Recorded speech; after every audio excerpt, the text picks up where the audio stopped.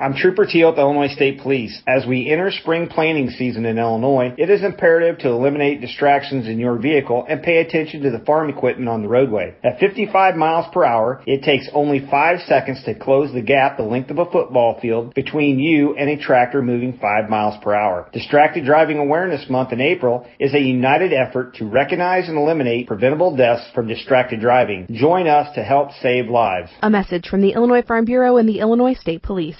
Farm Week and FarmWeekNow.com journalist Kay Shipman connects rural routes for you. For 3 decades, Kay has delivered important news. She covers everything from legislative issues to the latest in soil and water conservation. Here's a bit about her rural roots. I love covering so many aspects of agriculture and providing readers with the facts they need to make better decisions. I also get to work with farmers and meet new people along the way. Be it routes or roots, RFD Radio, FarmWeekNow.com, and Farm Week keep you connected.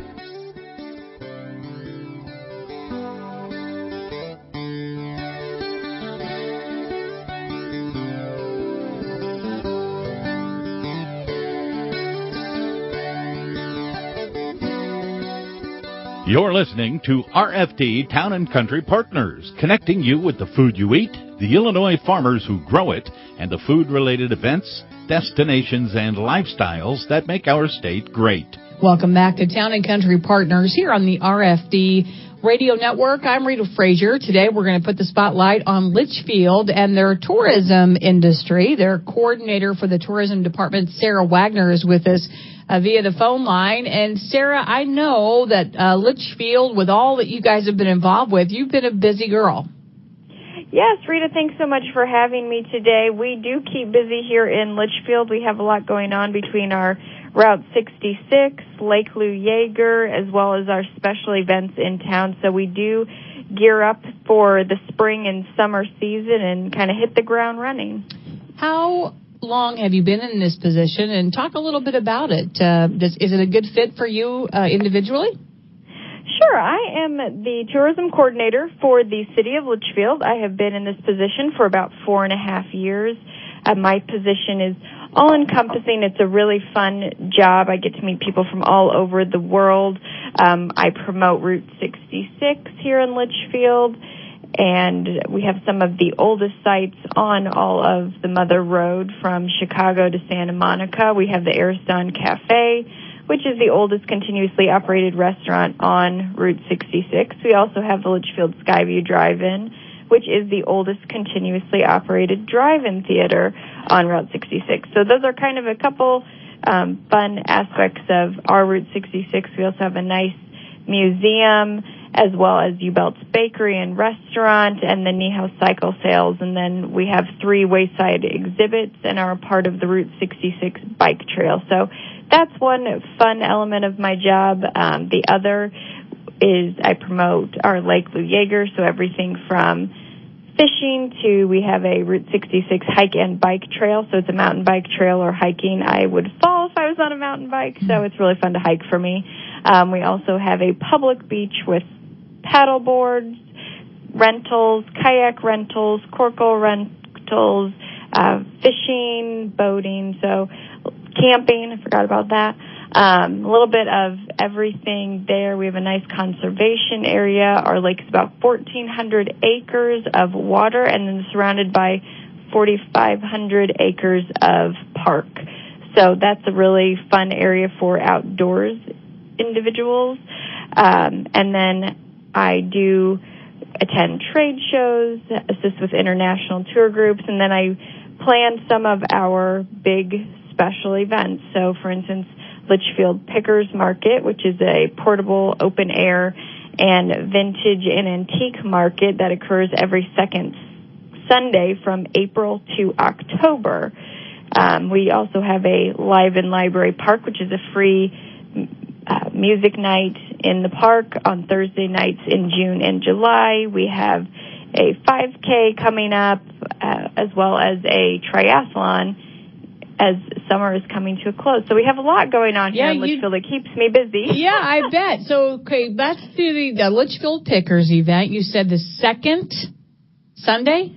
Yes, it is the second Sunday of the month from April to October.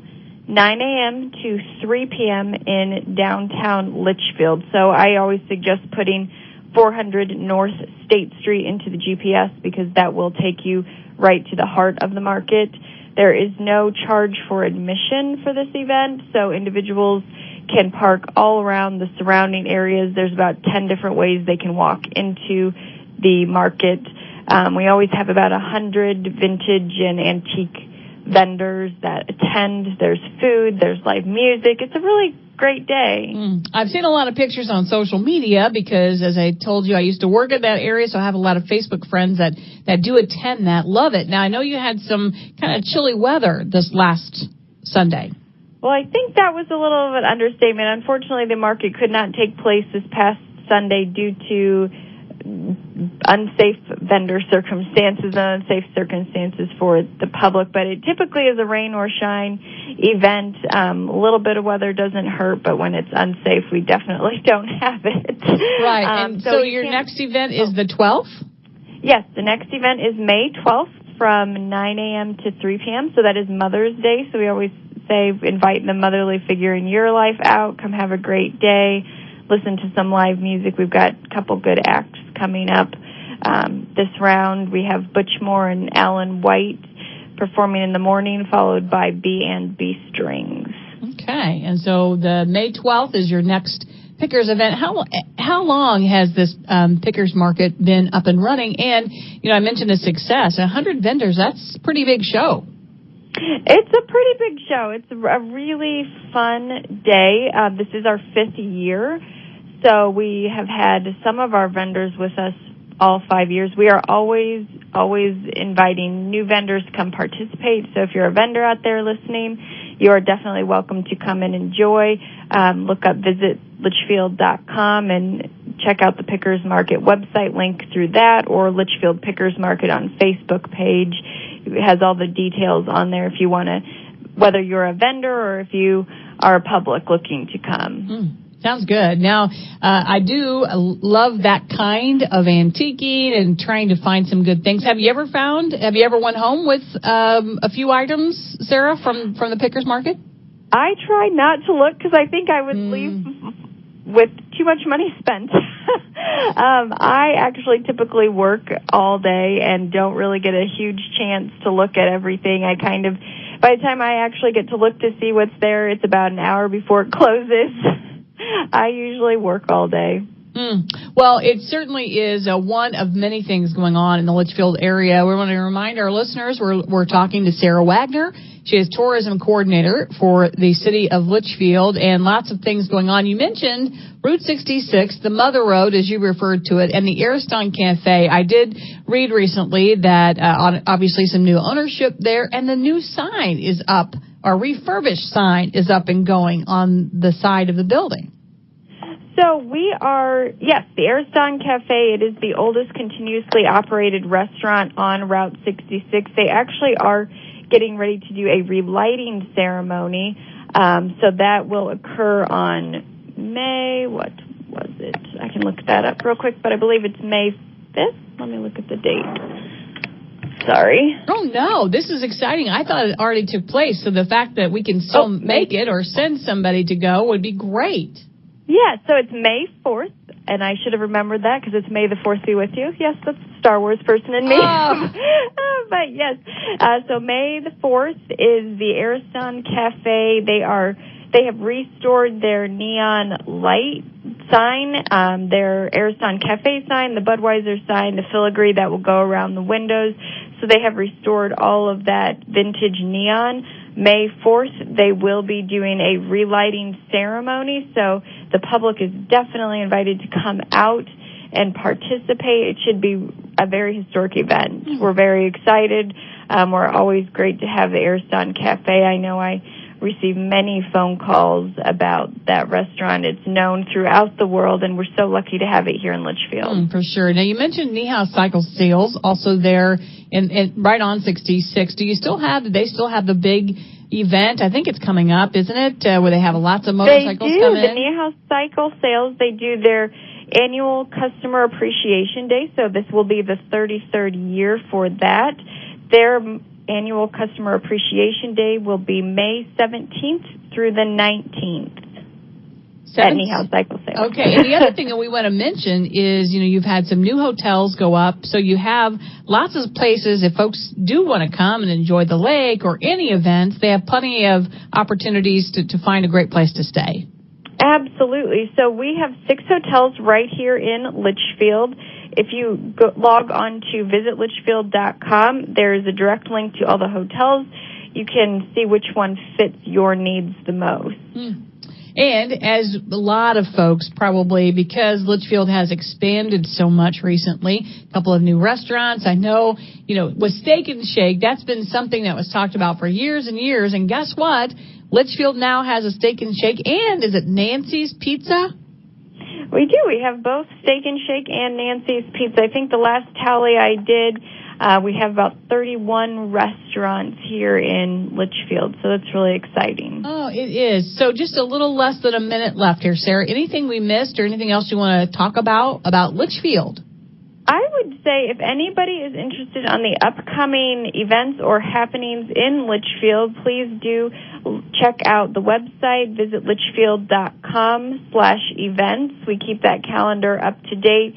Events are happening throughout the year that we add. Also, make sure to follow us on Facebook, visit litchfield.com. We do post updates there. And if you have any further questions, make sure to call the Litchfield Tourism Office. And we are happy to try to answer any of your questions or direct you to where you need to go. Perfect. Sarah Wagner, the tourism coordinator for the city of Litchfield in Montgomery County. And we'll be back with more Town and Country Partners. Thank you.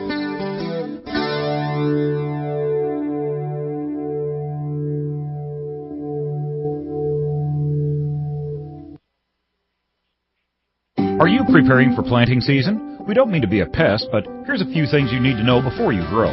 The Illinois Department of Agriculture now requires special local needs labels, including new restrictions for the use of herbicide dicamba on top of soybeans in Illinois for the 2019 growing season. Did you know these additional restrictions go beyond federally approved labels? Remember, the label is the law.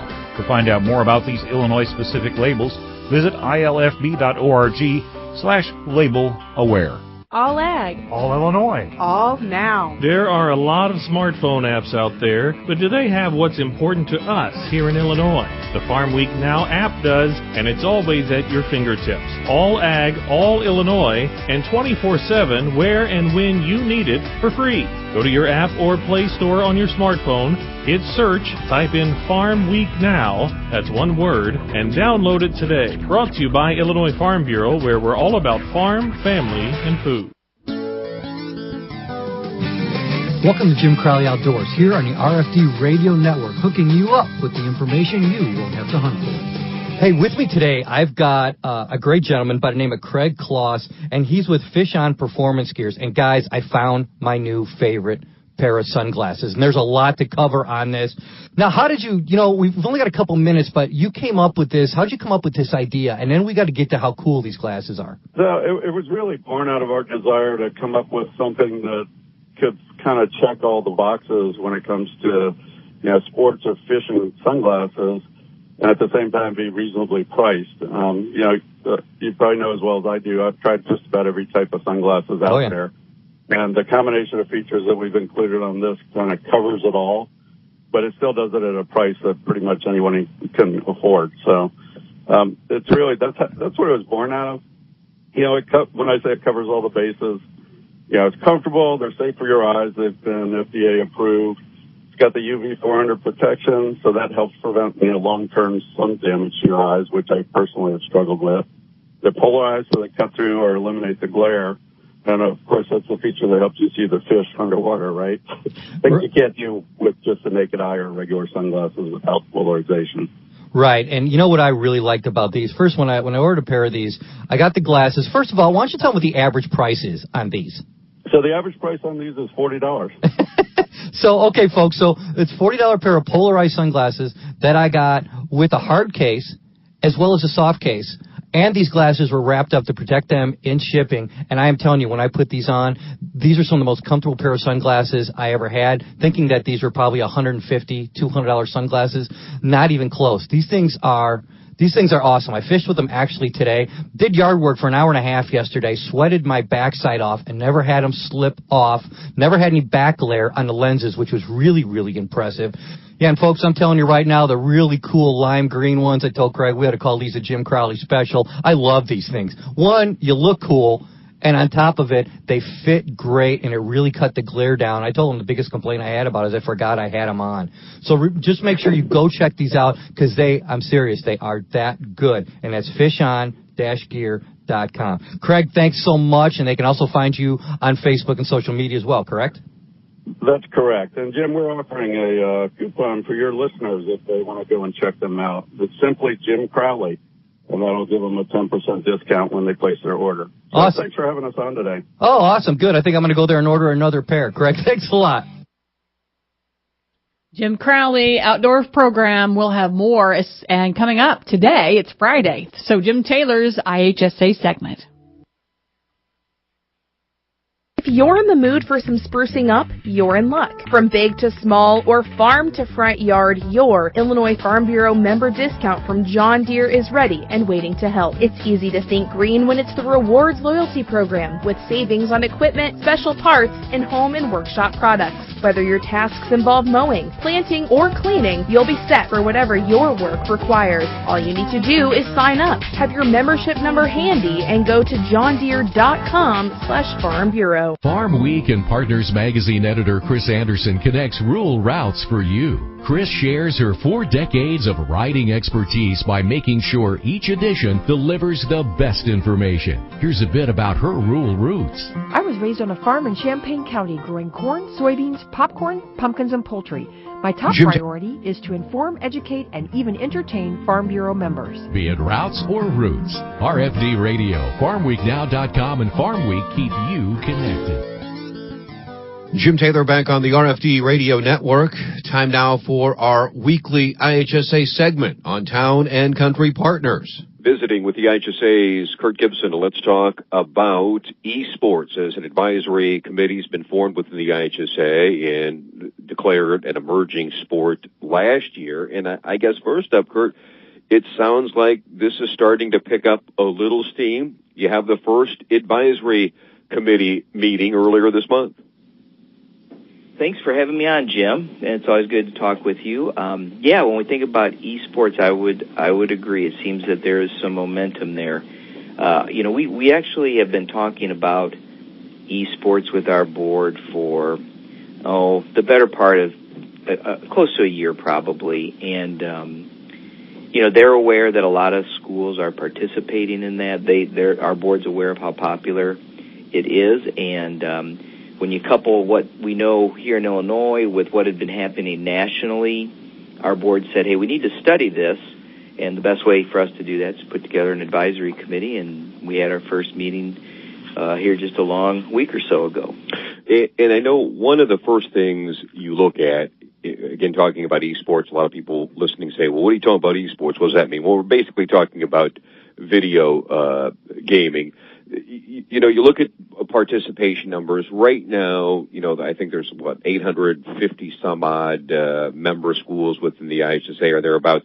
Do you have an idea right now of how many schools have esports? And I know one of the thresholds you always look at, if you want to develop a state tournament series, one of the thresholds you look at is, let's start at 10% of the member schools. So where do you think you're at right now with that? That's a great question. We have, as I think you've alluded to, we've got this emerging sport and activity list, and that's the best way for our association to track participation levels in these sports and activities where we don't have a state series. On that list currently, we have 37 schools that have signed up. That's maybe close to half of some of this magic 10% number that we're hoping to get to at some day down the road. There's, interestingly, though, a group, sort of a loosely formed association called the IHSEA, the Illinois High School Esports Association. that governs some competitions in our state, and they would have us believe that number is larger based on participation in events they put on. So a big part of what we're trying to do here at the end of this school year, and likely it'll take us all of next year, is get information out to our schools about the importance of signing up on the the emerging sports and activity list if their school is participating in esports.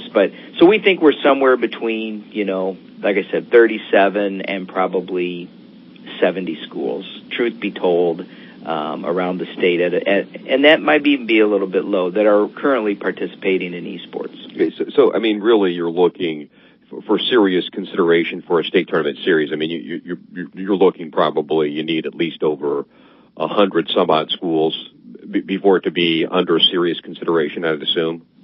Yeah, I think that's probably fair. I think if we get close to that number and we're still a little south of it, the board can take some action anyway. But yeah, I think if we can get into that kind of number you're suggesting there, that shows that there's real interest across the membership. Do you think there's a realistic timeline? Because I think as a lot of people listen to this, I think they'll say, well, yeah, we want an esports team, or we got an esports team. I would think that the numbers are probably going to take off at a pretty good rate. Do you have a realistic timeline where you'd say we think we really could have an IHSA state tournament series in esports? Based on that first conversation we had with the advisory committee, and certainly those folks are very passionate and enthusiastic, and there's no hurdle too large that they can't find a way around, at least at this point. I don't believe next school year, the 2019-2020 school year, is realistic for any kind of state tournament in esports. I'm not going to rule out, though, the possibility of something maybe in 2020-2021. That's still a little ambitious, but that's not out of the realm of possibility that as soon as 2 school years from now, we could be offering an esports competition. And I know we'll continue to follow it. I know one of the things that the advisory committee looks at, and we're talking to Kurt Gibson with the IHSA, is you want to make sure the games that are chosen are appropriate for a school setting, high school aged audience. And I think some of the games that were mentioned, I know some of these, but some of these I'm like, what? I have no idea. League of Legends, Overwatch, Smash, Rocket League, NBA 2K, FIFA, and NHL. And I know Kurt Gibson was probably a kid that grew up maybe in the 70s or 80s, and he probably wanted Pong, but they're not getting Pong. Right. or I was really good at the Mattel electronic handheld game. We need to. Yeah, maybe you guys can have an in-house state tournament series down there. But do you want to talk about I guess those are some important conversations of deciding what games would be chosen for a state tournament series, right?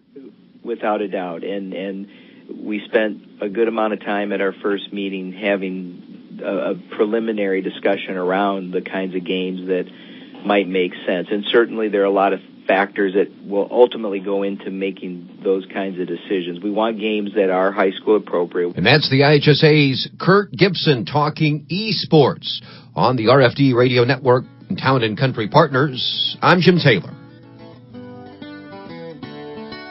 Thank you for joining us for RFD Town and Country Partners. Get out and enjoy Illinois.